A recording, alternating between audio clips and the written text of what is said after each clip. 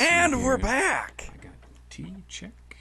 Phone recording. And I think of all the things people were giving thanks for this year, us not doing a podcast was one of them. Zeke, are you there? You can't talk to me, criminal. Zeke, are you there? No. Okay, that's a negative check on Zeke. Okay, I think I'm ready to go. Prove it. Yeah, I'm talking. Ain't I talking to yous? Mookie. Mookie. Mookie. Mookie. How's your Thanksgiving, man? It was good. Went to Abby's family's house and had a little feast. It was nice. And yours. What did Afton do without you? What did Afton do without me? Yeah. What do you mean? Their population dropped. I'm not sure. It's like the guy from Chopper Chicks in Zombie Town come out with a piece of chalk and like erased two from the side. It's like we got one of those boards like Wrigley Field where the guy is behind the thing and he's just constantly that makes sense. Monitoring traffic. Well, I hope that he got a good Thanksgiving break too. Nope. It was actually Barry. Well, I'm glad you got to meet Barry. Yeah. It's kind of I was worried about him out there. The weather's changing. Well, I gave him a leather boot to chew on. Well, I mean, it's got flavor. It's well worn. And it was drizzling a little bit on Thanksgiving, so he had his hydration. I think he had himself a fine little turkey day.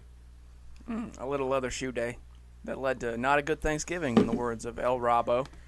El Rabo, is that me? That's you. Okay. Am I? You've been El Rabo'd. Am I a bandejo? Mm-hmm. What is a bandejo? I think it's seems like I think it's like a bandit jerk. I'm not sure. Okay. It's like a slang I don't think that's the criminal. word. I don't think that's the word I'm looking for. I'm like, what do you call a gunslinger? What do they call those? I'm a vaquero. Does that mean a vaquero is a cowboy? No, I'm not one of the border. I'm not one of those. They have to cross the border. I think it's like between Mexico and Texas. I think that's where they work the ranches. But that term has changed a little bit because I worked on a documentary a couple years back, and I should know more about it. But it's their lifestyle. Even today, they're committed to that kind of lifestyle of living off the land and moving cattle and being a good horseman. They break horses really well, that kind of thing. I think they break them. Yeah, they break them. They're very good at it, from what I understand. Just like shattering their legs and stuff. Yeah, pre-race they usually go in with a hammer, and like they owe them money, kind of thing. Then they take what's theirs. Nancy Kerrigan them, huh? Yeah, and that was probably that whole fiasco was probably trained by a vaquero.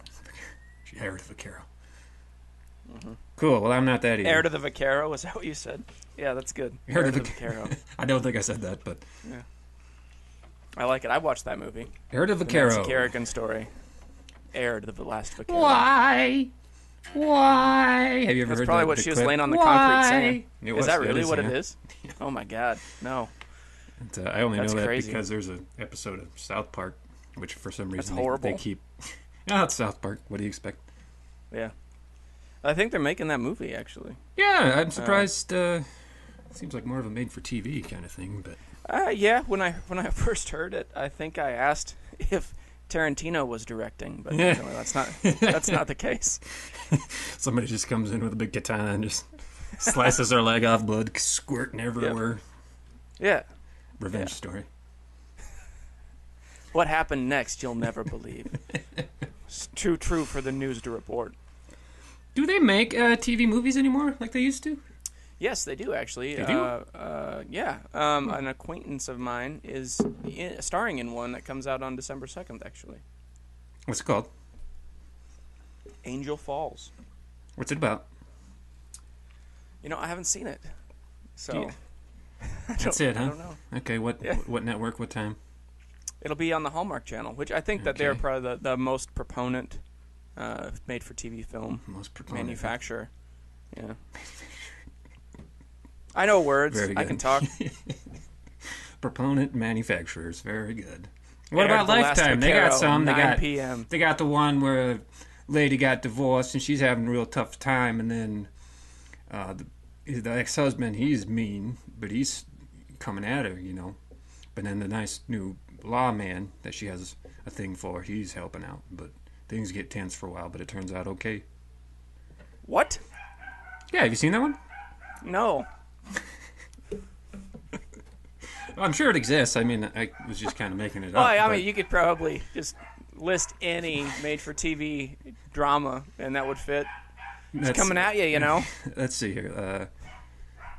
Teenage girl bullied in high school.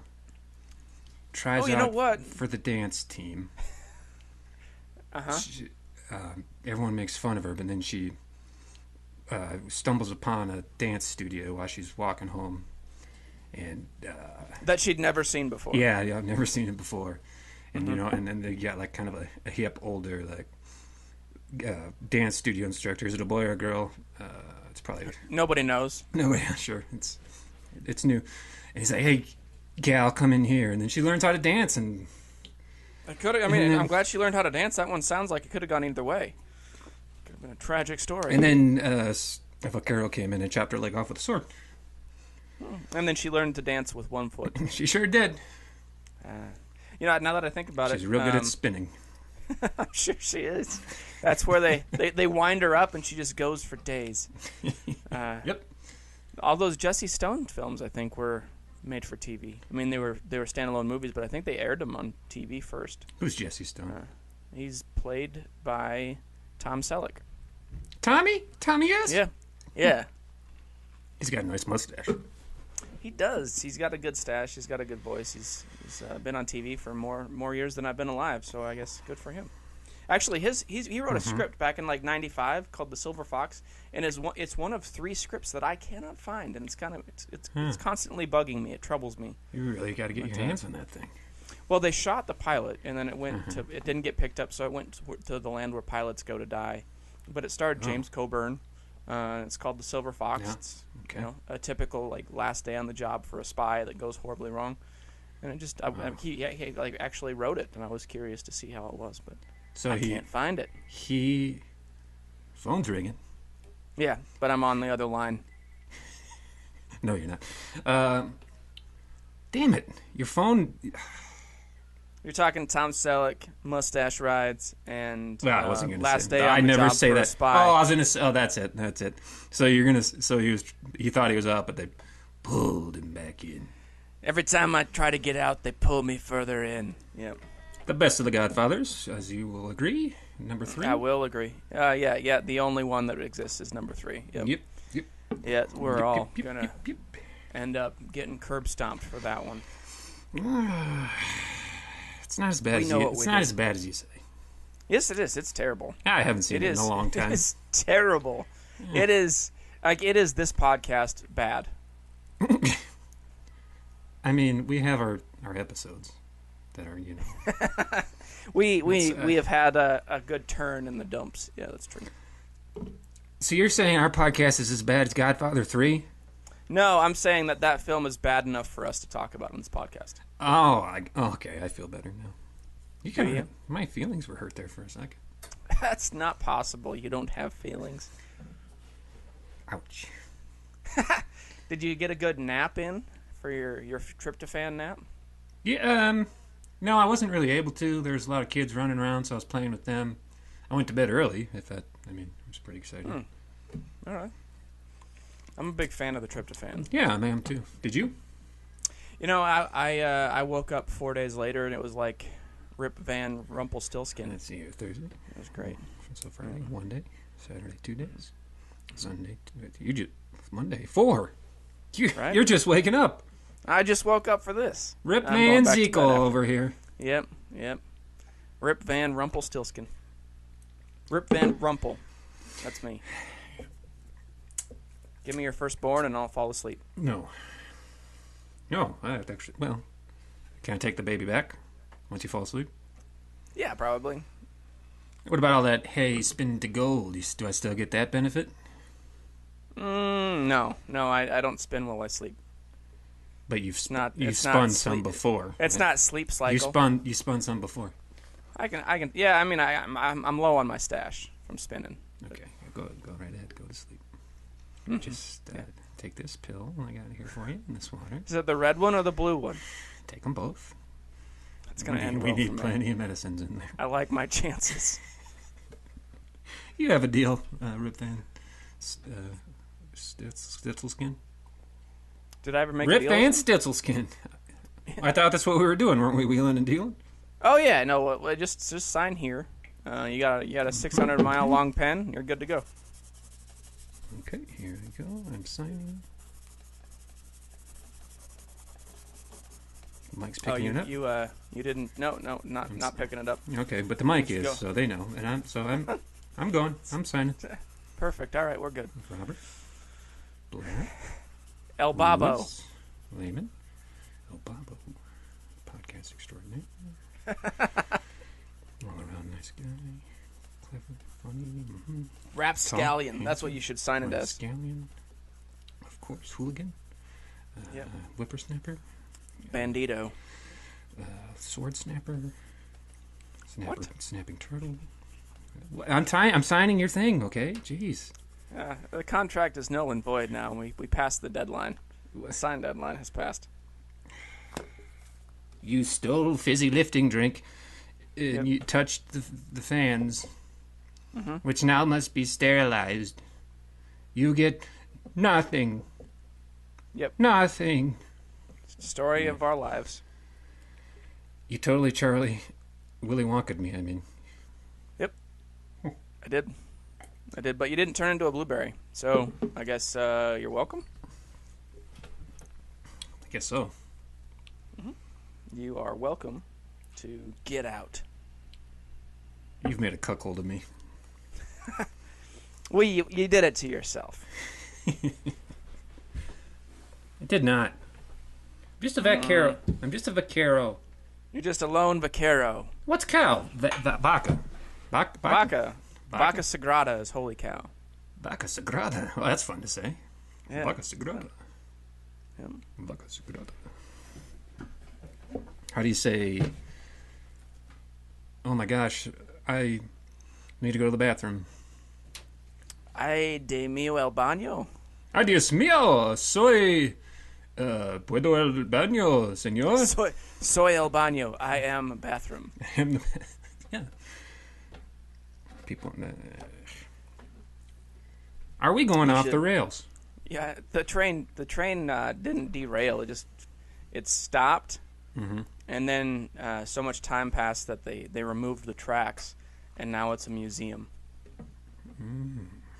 Oh, cool. Yeah. Those are nice. Out there on the horizon, as a vaquero, do you ever hear things incoming through the sky? I don't do that anymore, Zeke. I do. Zeke, Zeke, Zeke, Zeke, Zeke. How you doing today? Zeke, Zeke, Zeke. You just do not want me to ever be able to do my song, do you? Well, if you ever had it ready, I was doing it. hit it. I hit it. Don't you hear it? Is that from Halloween? Anyways, I looked it up, and under no circumstances should we be airing any sort of things that I've put in these. So, Right? Yeah. yeah, I understand the law, and we are definitely breaking it. So, send me that cease and desist. I dare you. Yep. We'll be fine. So, hi. Welcome to Two Boys One Podcast. This is everyone's favorite segment. It's called Zeke a Week, and I'm here. I'm Rob, and that's Zeke over there, right? Way over here waving. Yep. Hi, you over there. That's Zeke, and I know. we talk about a movie we watched. Yes, and this week we are talking about the Royal Tanenbaums. One of my most favorite movies of all time. So you said that. You said it was one of your favorite non-horror films. Yeah. The last time we spoke. Yeah, that's true. Is it really? Yeah, it really is. All right. Well, why don't you kind of give an accurate synopsis, and I will give a synopsis based on what I felt was true. Yeah, good, great. I've put a tirade ban on the show, by the way. Well, then what else is there for me to talk about? I don't know. Maybe you'll have to be quiet. It's just the Rob show. Okay, I'll lift it one episode. I'll let you tirade. Anyways, what do you got here? You got a lot of famous people playing this family, and they're all dysfunctional. It's kind of a tough one to explain. People. We don't have to this week. We don't have to explain it. Yeah, that's right. Not even gonna try. Okay, fine. So there's Gene Hackman and Angelica Houston were married, and they were called the Tanenbaums, and they had 3 children, Richie and Margot and Chaz, and they all had their things. They were pretty well known for these things and successful to a degree, tennis and business and writing plays. And then the mom and dad got divorced, and Margot, the girl, I'm going off the rails. She's adopted, and Owen Wilson, Wild Thing, Wild Thing. What? Did you watch the movie? I did. I did watch it. Oh, that was a reference. I don't recall that reference, I guess. Yeah, well, your brain is Mush. Moosh. It's about a big dysfunctional family, and the dad, down on his luck, he's out of money. He got kicked out of his house, which was a hotel room, and his wife, who he's separated from, never divorced, is going to marry this Danny Glover, Mr. Murtaugh from Lethal Weapon. Hey, I got it right that time. So nailed it. He pretends he has stomach cancer to get back in the good graces with the family, and then they find out that he's lying. And one of the sons is in love with the girl who's adopted, and that's part of it. Go ahead, go on your tirade. I mean, I didn't hate it. This is the third Criterion film that we've covered where I was like, all right. I remember Sisters. What's the other one? I had it, and now it's gone. Damn it. I will think of it while we talk about this. Sisters was the first one. Yeah. It was in that same 3-movie section where we just went further and further down the hole. Can't remember which one it was, though. We went to Brewster after that. No, I think that maybe it wasn't 3 Criterion collections, but Brewster had weird ratings. That's what it was. Yeah. Yeah, it had 8.7 out of 10. They loved that thing. Yeah, I don't understand. If I keep talking about it, I'm going to get mad all over again. I was just listening to it, that episode the other day, and you bought that thing.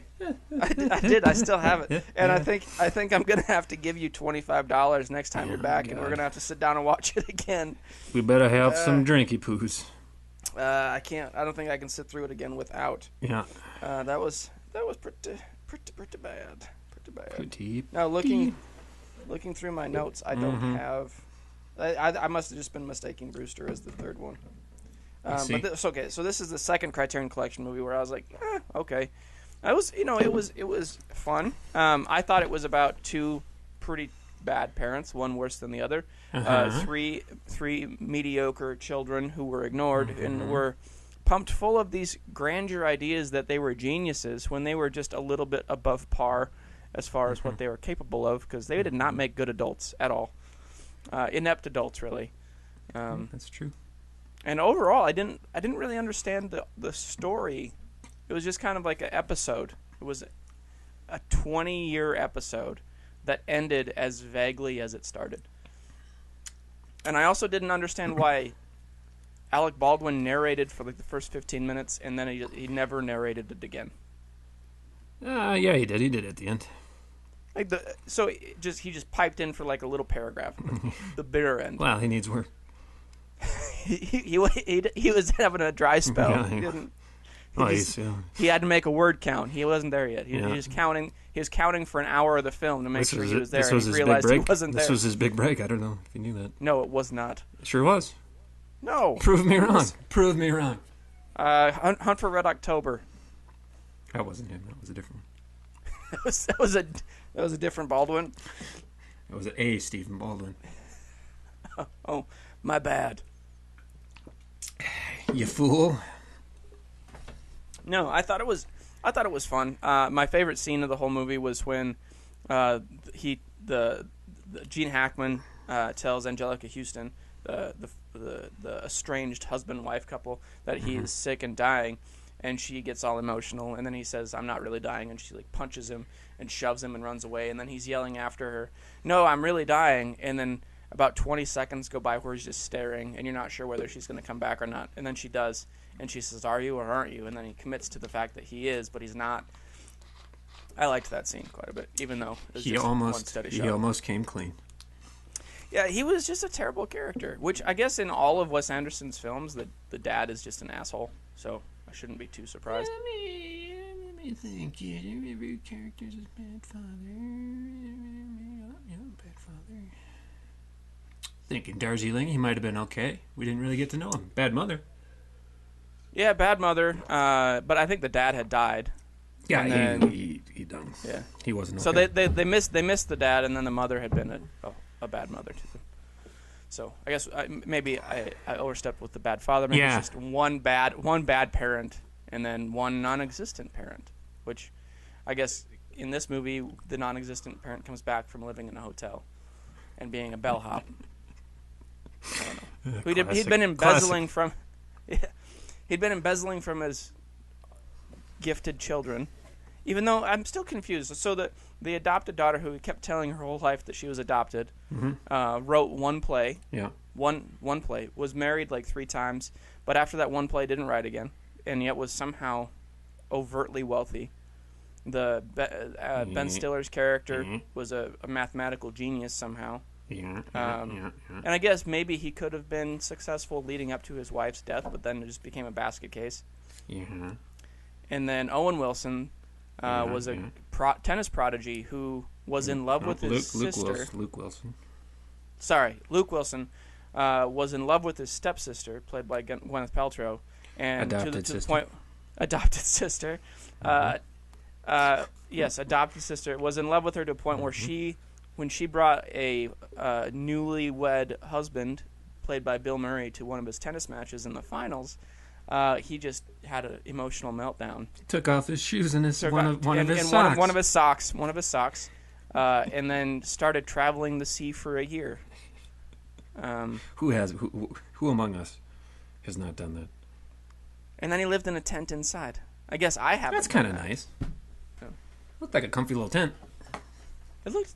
I mean, there are certain themes in all of Wes's films that kind of come back, and like a tent in that kind of weird, like Woody Allen-esque dynamic is always present. I guess it's just kind of it's a strange dynamic in his films that I've never really been keen on, but I mean he's a great director and I can't fault him for that. It's just not necessarily my style. What about the characters? Did you think they were well developed? No, I didn't. I thought they were all dumb. That was another reference to the movie, you little dingus. I wrote a short story. Do you want to read it? Yeah, let's hear it. No, how long is it? That's the line. I'm just going to throw references out from Wes Anderson films. So there you go, you dingus. Don't you dingus me. You want to throw out references from this movie, and then we can spar. So, quick question. What? QQ. QQ. The I got hand a with QA. the BB in it. Do you know whose hand it is with the BB in it? Somebody, one of Wes's friends. Yeah, yes, kind of. He worked on the set. No. It is Andrew Wilson, brother of Luke and Owen, who, yes, is a friend of Wes because they all went to school together. They did? But that BB's really in his hand because Owen shot him when he was a child. Yeah, I know. You didn't know. I sort of knew. Didn't know. You got it wrong. I knew it was real. I knew it wasn't Ben Stiller. I knew it wasn't Ben Stiller. Well, obviously. Yo, you like throwing around trivia, huh? Well, how about this? When Royal's talking to Pagoda and they're standing by the sea, what's his name? Gene Hackman. He's actually blocking the Statue of Liberty, and Gene Hackman was really upset about that. But Wes Anderson didn't want people to know it was New York. He wanted it to feel like New York, but he didn't want to come out and say this is New York. He wanted it to be nebulous. And I did know that, but it's kind of weird because New York, you can tell it's New York. It just seems like a strange thing. I couldn't. Have you ever tell. been to New York? No. Really?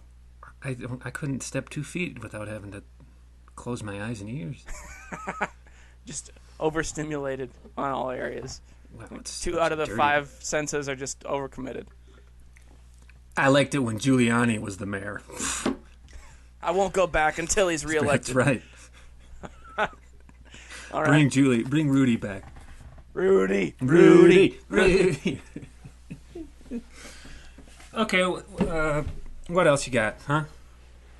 Well, What'd your little X-ray tell you? So, my little X-ray, I didn't watch it on my little Kindle. I actually went out and bought a DVD. I bought the Criterion good for collection of it. Nice for you. But We I have didn't watch all the same features. DVD. We're DVD brothers. Yeah, there we go. DVD brothers. Wow. I did like little Mordecai, the little hawk who was molting. Yeah, I think it's just Mordecai. I don't know why you're saying little. Well, he was a little hawk. Compared to what? A big hawk, I suppose you're going to say. Compared to a bigger hawk. Yeah. I mean, we don't need to get into that, but there's plenty of smaller birds of prey, let me tell you. Actually, the reason I liked him because he reminded me of a Stella Artois commercial. Artois. Stella Artois. They did a commercial where I guess Wimbledon really had a pigeon problem. Mm-hmm. And so they brought in a hawker. Yeah. And the hawk's name is Rufus. And the whole commercial, which is fantastic, they give they do like a Wes Anderson narration over the hawk. Yeah. I just wish it would have been Alec Baldwin. Have you seen this commercial? No. And he just it's just him flying around, and he perches and he kind of delivers this monologue. The hawk does? The hawk does. Okay. He doesn't actually like mouth the words, but it's just overlaid. Yeah. And then it's just I don't care that you're a pigeon. Just don't do it here. And I thought that was great, and it made me laugh in the movie because I liked the commercial more than I liked the movie. But I did appreciate the entire Gypsy Cat. Yeah, I am. I'm as opposed to a bigger son of a bitch. I mean, I'll grant you, you're not the biggest son of a bitch there is. You're a little bit of a son of a bitch. I understand. Who likes a commercial better? Yeah, well, I also really liked Wes Anderson's commercial for American Express. That's one of my favorite works of art that he's done. I guess he should probably just quit making movies and just make commercials, huh? That's not or necessarily inspire, true, but I think inspire that him. I'm more prone to enjoy little bits of him than a whole lot of him. Did you see his Saturday Night Live horror movie? Fake horror movie? Not. Look it up. You'll think it's the funniest, great bite-sized piece for you. So I shouldn't watch it, you said? No, I said watch it. Oh, I thought you said don't watch it. What am I talking to a wall? Yeah, I always go with the first thing I hear, so I won't watch it. Maybe I did say don't, but you should. You better. All right. Well, I did really, in the movie, they have this fantastic little horrible taxi line called Gypsy Cab Co. Gypsy Cab Co. And it keeps popping up at random There's a whole bunch of them. Yeah, there's a bunch of them. Quite a fleet. They're like the biggest piece of shit cars that you've ever seen. Yeah. And the signs are written on cardboard, which I just got the biggest kick out of. There's a hole there. Like there's a dent there. Yeah, It pulls up and Luke Wilson's. It's just a junker. It looks like the jalopy off of The Mask. It just rolls up and the sign's written on the cardboard sign, and Luke points and says, "Hey, you got a dent there." And it like the dent. It's like Days of Thunder when Tom Cruise pulls up and Duvall just starts kicking the side of the car, and he's like, "What are you doing?" He said, "I didn't want you to have a panel that wasn't dented." It's exactly like that car. And they're driving them around picking people up for Gypsy Cabco. I liked that a lot. I've never seen Days of Thunder, but I have seen The Mask. I can't connect Days of Thunder to this week, so you're not going to see it next week either. Hooray! You probably wouldn't like it. You're probably right. So let me tell you about why I like this movie. Okay. Please do, because I have yet to hear a reason. It's the emotional aspect of it. I really connect to it on an emotional level. Still, even watching it this time, I still get the old feels. It ain't quite what it used to be. I guess, even though my family was absolutely nothing like this, I guess I just kind of... what's the word? I connected with Chaz for a feeling of, just constantly overwhelmed. Yeah. That and just like desire of fatherly attention. Sorry, pops. Oh, sure, I get that. And then I find it really touching at the end when he's the only one in the ambulance to see him die, and how he's riding on the what you call it there, the garbage truck. And when he has that's right. Yeah. And when he has his freak out at the wedding, and he jumps over the fence, and he's talking to his dad, and he says, "I've had a rough year. And I know what Trey is. I know it." Like, I don't know. Like, that's just, to me, that's really touching. Oh yeah, no, I can appreciate that. I mean, those were the strongest scenes in the film. All the scenes that you just named were absolutely the strongest scenes in the whole movie. So I get that. Yeah. It was the rest of it that for his, like, Chaz's character development, they skipped over like the parts where he would have been growing. Like I think that's well, what he freaked out. Most. He freaked out, and then he grew, I guess. But why he freaked out was completely legitimate. Like, yeah. like his building, wife died in a plane crash, and he was able to, like, save the children and the dog, right? I mean, they survived. I don't know if he.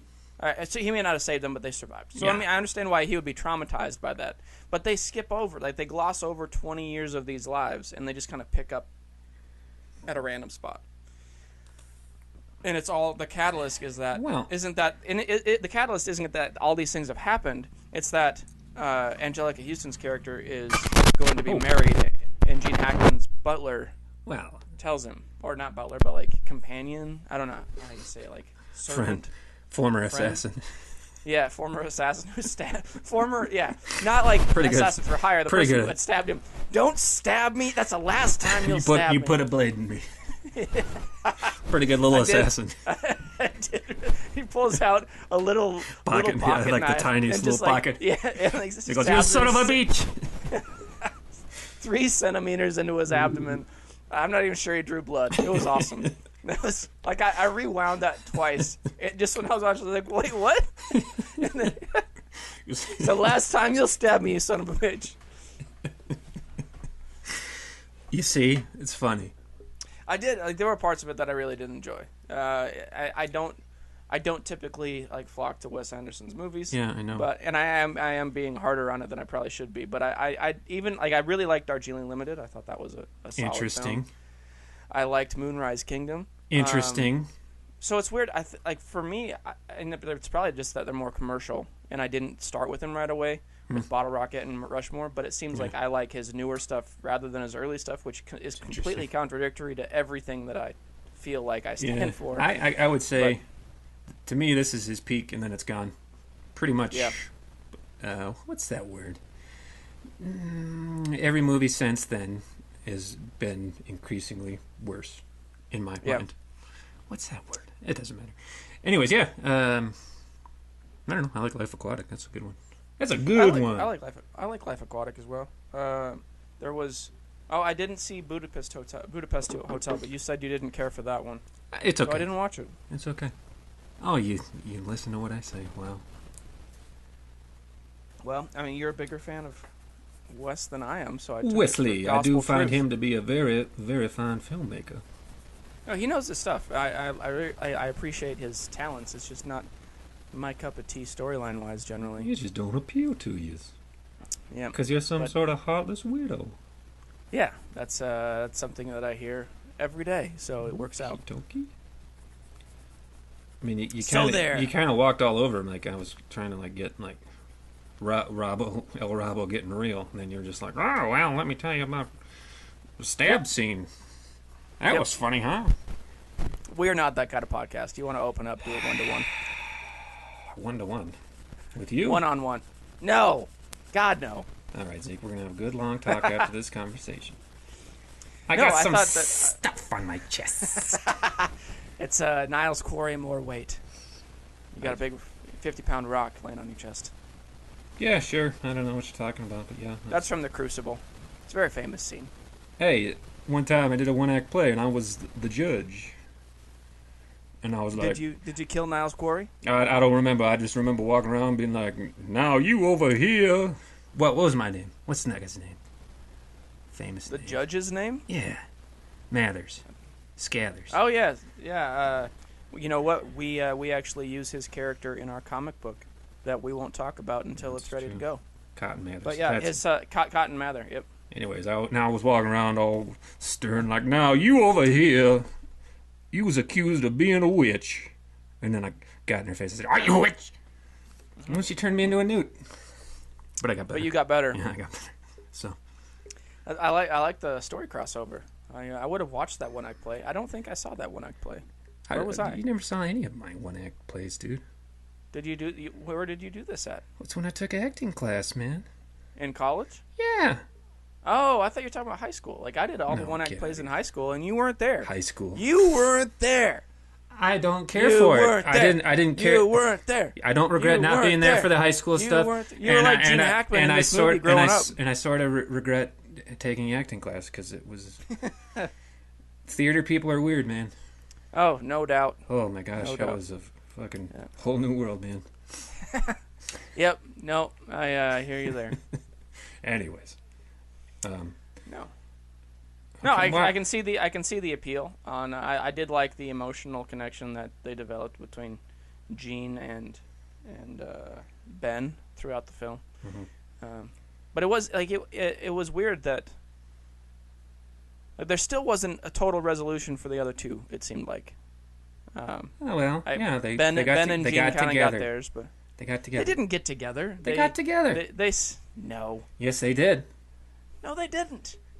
They decided to be brother and sister. No, they didn't. They decided to be lovers, man. Are you serious? Yeah. Then I completely missed that, and I don't like that one bit. Oh, too weird for you? Too non-traditional? No, it's just not right. It's just not right. Why is it not right? Well, it seems like a very Wes Anderson story cue, I guess, but it just seems weird on every level. I thought that they just decided to be siblings, which is what they are. Yeah, I mean, I'm not totally against what you're saying, but, whatever. You in love, go ahead. I don't care. Incest is wrong. It's not incest. Do you remember she's adopted? They're not blood. They say that like 19 times. Yeah, okay. Well, you're acting like you don't remember. She was adopted. She was adopted. Oh, and that scene where she does do that play at the end, and they have that little girl say, or acting like their family, and he says, "This is my adopted daughter," and then he laughs. I thought that was pretty touching too. Yeah. It's not really closure for them, but it was Didn't say nice it was. to make the effort. Yeah. I'll grant you, perhaps it's a little quick, and maybe the happy ending wasn't earned 100%, but I think it's... Man, screw you. I know that I'm in the minority on this for not liking the film, so that's just... You said you thought it was okay. I did. I think it's okay. It's not something like... based on our, 22 films we've covered now for this podcast, I'd put it in the top 7. What's one of your favorite movies? Top 7, that's pretty Lethal good. Weapon. Is it? Yeah, that we've watched? Absolutely. No. Like in life, big picture. Braveheart. Braveheart. Yeah. You just like looking at those little butts that I hear about. What? Yeah, they moon the British. Oh yeah, they do. That's all you British. Like. I really like Braveheart, Heat, The Sting, Heat, Mustang, Raiders of the Lost Ark. I think those are my top 4 all time. All right, those are pretty solid. Yep. How about you? I'm not telling you. Royal Tanenbaums, Rushmore, Bottle Rocket. In decreasing order. Order. Yep. Here they are, in decreasing. Well, thanks for making me feel bad for liking this. I don't want to make you feel bad. Like I said, I'm definitely in the minority. It's just I have a hard time with like real life situations in films because that's not really what I'm looking for. I'm spending my free time watching something. I don't want to see shit happen on the screen that isn't going to get resolved, I guess. That's just me. It more or less was. Yeah. But I understand like the appeal for Wes Anderson. Yeah. There's something very enjoyable for me seeing bad guys get the shit kicked out of them. Yeah. I just love that. He barely even beats Gary Busey. Barely. And he's the Lethal Weapon? Hey, what do you Give me say, a Jack? break. Do you Give me a want a break. shot at the title? Give And me a technically, break. in that movie, they're both lethal weapons. He's just the best one. So, I'm not convinced. He's the more lethal He won weapon. one. Look, they had one fight. I'd like these things have to You be want a decided. rubber match? A rubber match? A rubber match. What the hell's a rubber match? That's what they call. I ain't gonna light no cigarettes with that. That's what they call a prize fight when one person wins, and then they get a big rematch hyped up, and then the other person wins. I do. And then the rubber match is the third match where it's like decided you're the best one. I want a good rubber match. Well, we have to have the sequel then. So they got to bring in Is Gary both Mel and Gary to the show, and they got to fight it out in the nursing home. Cool. I'm on board for that. Nothing like a good nursing home beatdown. hotep action, huh? Bring it on. I've never actually seen that movie. Shit on the shit house wall, man. Well, you could have, but you didn't pick it. Right? I have it. I should have picked it because I wouldn't have had to buy a different movie. You wouldn't have had to watch Alien Apocalypse. Then you wouldn't have had to watch Alien Apocalypse. Oh, that's right. That's why we didn't watch it. The draw was too great for me about because that. you said in one moment, I bet you can't list a single and then you had movie that I haven't seen, and then literally with Bruce 5 seconds later, yeah. boom! You listed like laying 10. some smackdown. I didn't realize he was so prolific. I mean, That dude will do anything. Yeah. How from Moreau. He's looking. Yep. The Chin and Little Raimi still has to be made, though. I'm waiting for you to write that web series. Yep, very good. That's up next. Okay. Oh, here's some fun quotes I liked from Royal Tenenbaums. Bring it. I know you, asshole. Remember that? No. Okay, Eli Cash was... Owen Wilson was sneaking out of the house after meeting up with... Oh, that's right. With Margot, and Royal's on a floor above him, and he's jumping out the window, and he says, "What's this asshole doing?" That's awesome. I love the scene at the wedding where they have that big brawl, and then he crawls over that fence and he flops over after he's pushed, and then Ben jumps over, and they're both laying comatose on the ground, nearly comatose, and Owen's come to Jesus with themselves. Yeah, I need help, and Ben says, "So do I." And I think that's one of those touching, catalyst moments. Oh, it was touching. I can give you that. But it seems like a catalyst moment where that had to have been one of the first scenes he wrote in that movie. It was perfect. You're probably right. And then he worked his way backwards. He reverse engineered it. Yeah, and it was great. There were some fun parts. The randomness of it and all of his work I do appreciate. Like Owen Wilson driving down the street high on coke with war paint on. I can get behind that. Mescaline. Yeah. So, sorry, you were quoting. I interrupted again. Another touching part is when they find out Royal's lying and he gets kicked out. Royal says, "These have been the best days of my life." And Richie says, "Dad, you were never dying," and he says, "Yeah, but I'm gonna live." I think that's really nice. They didn't take it as nice. Well, it's really good dialogue. When you're on the outside. Yeah. But I mean, again, for him, it's not really sympathetic because the reason that he wasn't there to have more great 10 days of his life is because he's an asshole. So, but he's getting better. He's trying. Through lying, but he's trying. Mm-hmm. Well, you've made a cuckold of me, which I said earlier. Makes me laugh. Yep. You've made a cuckold out of me. I do like that line. You've made a cuckold of me. I like how Bill Murray's character kind of gets his passive aggressive. He totally gives it right back to Margot. He just defaces all of her lies over the years right in front of his writer mom, about the smoking and the marriages. And yep. I thought that was a good redemption for him. Oh, I think so too, because he was not treated well through the whole film. No. But I did like that scene that you're talking about, where they're just sitting there in the waiting room, and he asked for a cigarette, and May I have a cigarette? and she said, "I don't smoke," and he said, "I know," like that. She says something like that. She says, "You don't." What does she say? I don't know. And then she says, "You don't smoke," and he says, "I know." Oh, that's what it was. I don't smoke. You don't smoke. I know. And that was just they kind of focused in on that was the third time they brought up smoking. She dropped cigarettes and she said those weren't mine, and then before she'd been hiding smoking since she was 12. And of all the lies and heartbreaking things that she'd perpetrated, that was just like the most minuscule, but it was the one that she was kind of been holding on to the longest. Yep. So it's an interesting dialogue there. I liked it. Way to go, Bill. Billy. Yeah. Uh, I didn't like his character. Like, I liked his character there. I just didn't like the use of him as the actor in it. Like, I always expected, like, sharp, biting banter, and it was more docile and laid back and controlled than I usually see from he's Bill. just like he's a man of the mind. He was a very intelligent, laid back person. What did you think of your boy Murtaugh? I mean, reliable performance from Danny, I guess. Reliable. Yeah, I mean, he didn't like Screaming the he praise. just kind of.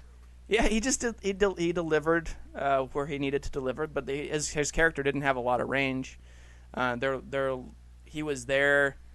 He had one heated scene, I guess, with Gene Hackman. It's a strange juxtaposition, that scene. It seems totally out of character for him, I thought. Yeah. Oh, absolutely. But other than that, he was very even keel throughout. Like, not necessarily reliable. Somewhere in between reliable and boring. Like that was his character. Like not through any fault of his, but that was the character that he had. He was just like, I'm going to be omnipresent in my emotional standard. Well, that's what makes a good husband. Men out there, be more like Danny. Yeah, he was very even keel. Right. So I'm very even keeled. So that's what makes a good podcast partner. I like you. I like you all of a sudden. I didn't like you before, but now. Little son of a bitch. Yep. Just a little bit. Mm-hmm. Oh, I'll save the last quote for the end. So what are you rating this old boy, this old... I paid $7.99 for the hard copy. And to be honest, when I bought it, I had to... I didn't I know that we said we're covering Royal Tanenbaums. I went and picked up The Mighty Wind first. Like, that's what in my head, that's what I had. But I realized that was not the right movie, so I went and put that back and I picked up. So I told you, so you kind of pulled a Rob almost. I did. I almost pulled a Rob. I told you Royal Tenenbaums, and then you... Yeah. I went straight to The Mighty Wind. Yep. Very good. I would give it a solid $5 out of $7.99. I guess it's the best as I can expect from you. Yep. So... I mean, I would say that I may watch it again. I'm not opposed to watching it again. Probably watch it with somebody else the next time. I'll pay rather it than tomorrow. Watching it alone. We'll double feature that in Brewsty. Yeah, can't wait. I probably paid, I don't know, something similar. I don't know. It's a long time ago. Got it used. Let's say $7.99. I'll say that. Happily paid the whole price. If I lost it, I would pay, whatever the price is again. So I guess 100% for me. I just love it. Nice. Well, I was really surprised going back. I listened to the last podcast, and you said it was one of your favorite non-horror films, and that was I didn't really land the first time. So and then you watched it, and you're like, oh, dude, he likes movies. I appreciate I don't need you to love all the films that I love. So I didn't appreciate Lethal Weapon. I didn't appreciate it. You said you liked it already. It's recorded. Worst thing it's ever. already recorded. It's on the books. Can't take it back. Yeah, our listeners can prove it. Yeah, I dare them to. I dare you to re-listen to that other podcast. Probably not going to happen. No. Probably not. But they'll have to take my word for it. It was fine. No, this was fine too. It was good. Okay. All right. So we're in agreement. Yeah. What, it's like a 75% between the two of us? I guess if you average it, yeah. Maybe 82%. Yeah, I was going to say a little more, probably. Yeah. Somewhere in the mid-80s. Pretty good. That's a pretty rave review from two boys. Yeah, that's one of the higher ones. Oh. So we got a link now. Link it. Link to the past. This is the second Gene Hackman movie link that to the we've past. covered. What was the other one? What was the other one? He was in another movie? Superman 2. Oh, yeah. Lex Luthor. So, forgot about that. He does... we'll start with... So, we linked from Danny Glover, so we can't use him. So Danny G's out. Yeah. I'll list a couple of films with old Genie. Saw. It's going to be Saw, isn't it? We're watching Yeah, Saw. Gonna be Saw. He has Quick and the Dead, which we have talked about watching before. It's directed by Sam Raimi. It's got a little Leo in there. Little Leo. Little Leo. Yeah. What Then else? he does a film called Loose Canons, and that's with Dan Aykroyd, and they play detectives, and they hate each other. Fun little story about this guy. He the director hated working with Gene, and Dan Aykroyd hated working with both of them. And somewhere along the way, someone found a print of this 35 millimeter in the dumpster or in the junkyard. Yeah. And they like pulled it out and looked into the sun with it to see what was on the print, and they see like a murder scene. So they call the cops and like somebody's been killed, and the cops find out that this is Dan Aykroyd in the film, and they call the studio, and the studio's like, oh, this is Loose Cannons, and then the studio contacts Dan Aykroyd, and he says, leave it in the junkyard. That's where it belongs. So it's pretty good. So, yeah, it sounds like it's a real winner. I'm strangely attracted to this film, to be honest with you. Loose Cannons. Those would be a little bit of a trouble on a pirate ship, huh? Yeah, that would be trouble on a pirate ship. Yep. The other one is Postcards from the Edge with Gene Hackman, and then Alec Baldwin has one called The Hunt for Red October.